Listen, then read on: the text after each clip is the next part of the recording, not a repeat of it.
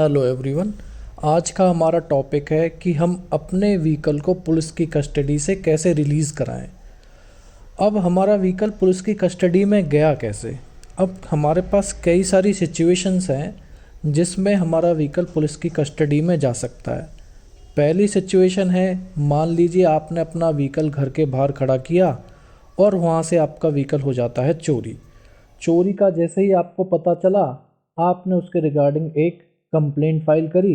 Complaint में आपको एक आईओ अपॉइंट हुआ और आईओ ने इन्वेस्टिगेशन स्टार्ट करी। इन्वेस्टिगेशन स्टार्ट करने के बाद जैसे ही आईओ को पता चला कि आपका व्हीकल यहाँ पर है या किसी और के पास है, तो वहाँ से आपके आईओ ने उस व्हीकल को अपनी कस्टडी में ले लिया और पुलिस का जो माल खाना होता है वहाँ पर उसको डिपॉजिट करा दिया। और उसके बाद आपको इन्फॉर्म किया कि आपका व्हीकल मिल गया है और अब आप इसे कोर्ट के थ्रू रिलीज़ करा सकते हैं। सेकंड सिचुएशन है कि मान लीजिए आप रोड पर जा रहे थे और आपसे हो जाता है कोई रोड एक्सीडेंट और किसी और पार्टी को चोट लग जाती है या और कोई हार्म हो जाता है और उसने आपके अगेंस्ट कर दी एफआईआर। एफआईआर में क्या होगा, पुलिस उस व्हीकल को इम्पाउंड कर लेगी। इम्पाउंड कर कर उस व्हीकल और आपके अगेंस्ट एक ऑफेंस लॉन्च हो जाएगा और इन्वेस्टिगेशन स्टार्ट हो जाएगी। अब इन्वेस्टिगेशन स्टार्ट करने के बाद जो भी आपके व्हीकल की नीड है और जो भी इंस्पेक्शन कराना है वो सारी चीज़ें पुलिस स्टार्ट कर देगी। थर्ड सिचुएशन क्या है कि आपने अपना व्हीकल किसी ऑफेंस में यूज़ किया, रॉबरी में यूज़ किया, थेफ्ट में यूज़ किया जैसे, तो उस केसेस में क्या होगा, अगर आपको पुलिस ने पकड़ लिया तो पुलिस क्या करेगी, पुलिस आपके साथ आपके व्हीकल को भी इम्पाउंड कर लेगी। इम्पाउंड करने के बाद आपके अगेंस्ट एक रिपोर्ट सबमिट कर देगी और वही फिर दोबारा से आपके अगेंस्ट इन्वेस्टिगेशन स्टार्ट हो जाएगी। अब आपको क्या करना पड़ेगा, इसके रिगार्डिंग एक एप्लीकेशन कोर्ट में फाइल करनी पड़ेगी। वो एप्लीकेशन होती है सुपरदारी एप्लीकेशन।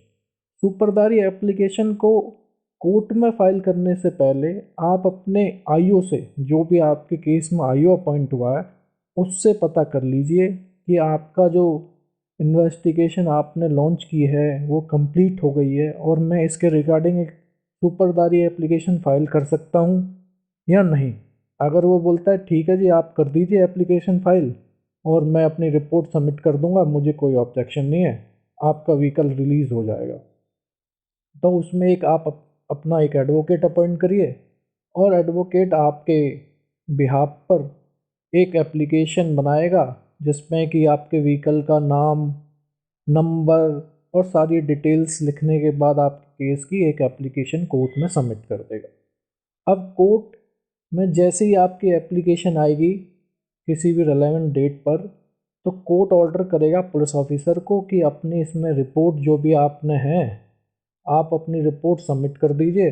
और सबमिट करने के बाद कोर्ट क्या करेगा, आपके व्हीकल को रिलीज़ कर देगा या नहीं करेगा। अब कैसे नहीं करेगा या करेगा, क्या चीज़ें हैं जिस पर ये डिपेंड करता है, ये डिपेंड करता है पुलिस की रिपोर्ट पर। मान लीजिए आपका व्हीकल जो जिसकी थेफ्ट हुई थी वो, उसमें पुलिस ने क्या किया, उसमें पुलिस ने एक फेवरेबल रिपोर्ट कर दी कि इन्वेस्टिगेशन कंप्लीट हो गई है और हमें इस व्हीकल की अब कोई नीड नहीं है, तो कोर्ट इस सारी चीज़ को कंसिडर करने के बाद एक रिलीज ऑर्डर आपके फेवर में दे देगा।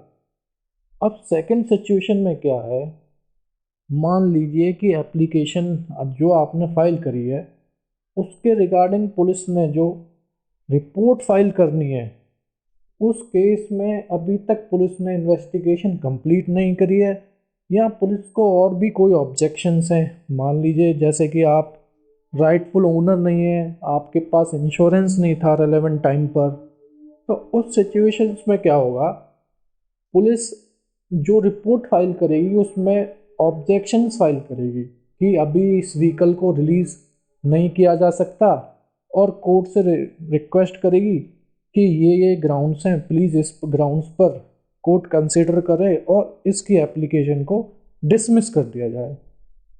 अब कोर्ट क्या करेगा, कोर्ट उस रिपोर्ट को पढ़ने के बाद और उसको कंसिडर करने के बाद और आपका जो एडवोकेट होगा उसको सुनने के बाद आपकी एप्लीकेशन को कर देगा डिसमिस।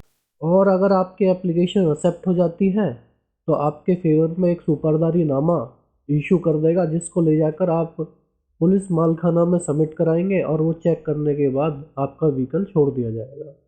अब ये सुपरदारी नामा जो होता है वो और भी चीज़ों के लिए अप्लाई होता है, सिर्फ व्हीकल के लिए नहीं है। मान लीजिए आपको पुलिस ने अरेस्ट किया, आपके पास से कोई और आर्टिकल मिला, मान लीजिए जैसे पैसे मिले, मोबाइल फ़ोन मिला और भी कुछ आर्टिकल मिलते हैं, तो उन सारे आर्टिकल्स को पुलिस अपने कस्टडी में ले लेती है। और कस्टडी में लेने के बाद जब भी आप बेल पर आएंगे तो उन सबको छुड़ा सकते हैं। अगर उनसे कोई इन्वेस्टिगेशन करना है उनसे रिलेटेड पुलिस को, तो वो फिर दोबारा वही रिक्वेस्ट करेगी और पुलिस जो होगी रिक्वेस्ट करने के बाद कोर्ट सब कुछ कंसिडर करेगा। कंसिडर करने के बाद वो आपके रिलीज़ कर दिए जाएंगे। और इससे रिलेटेड आपको अगर और भी कुछ पूछना है तो please message me, and if you like the video please subscribe.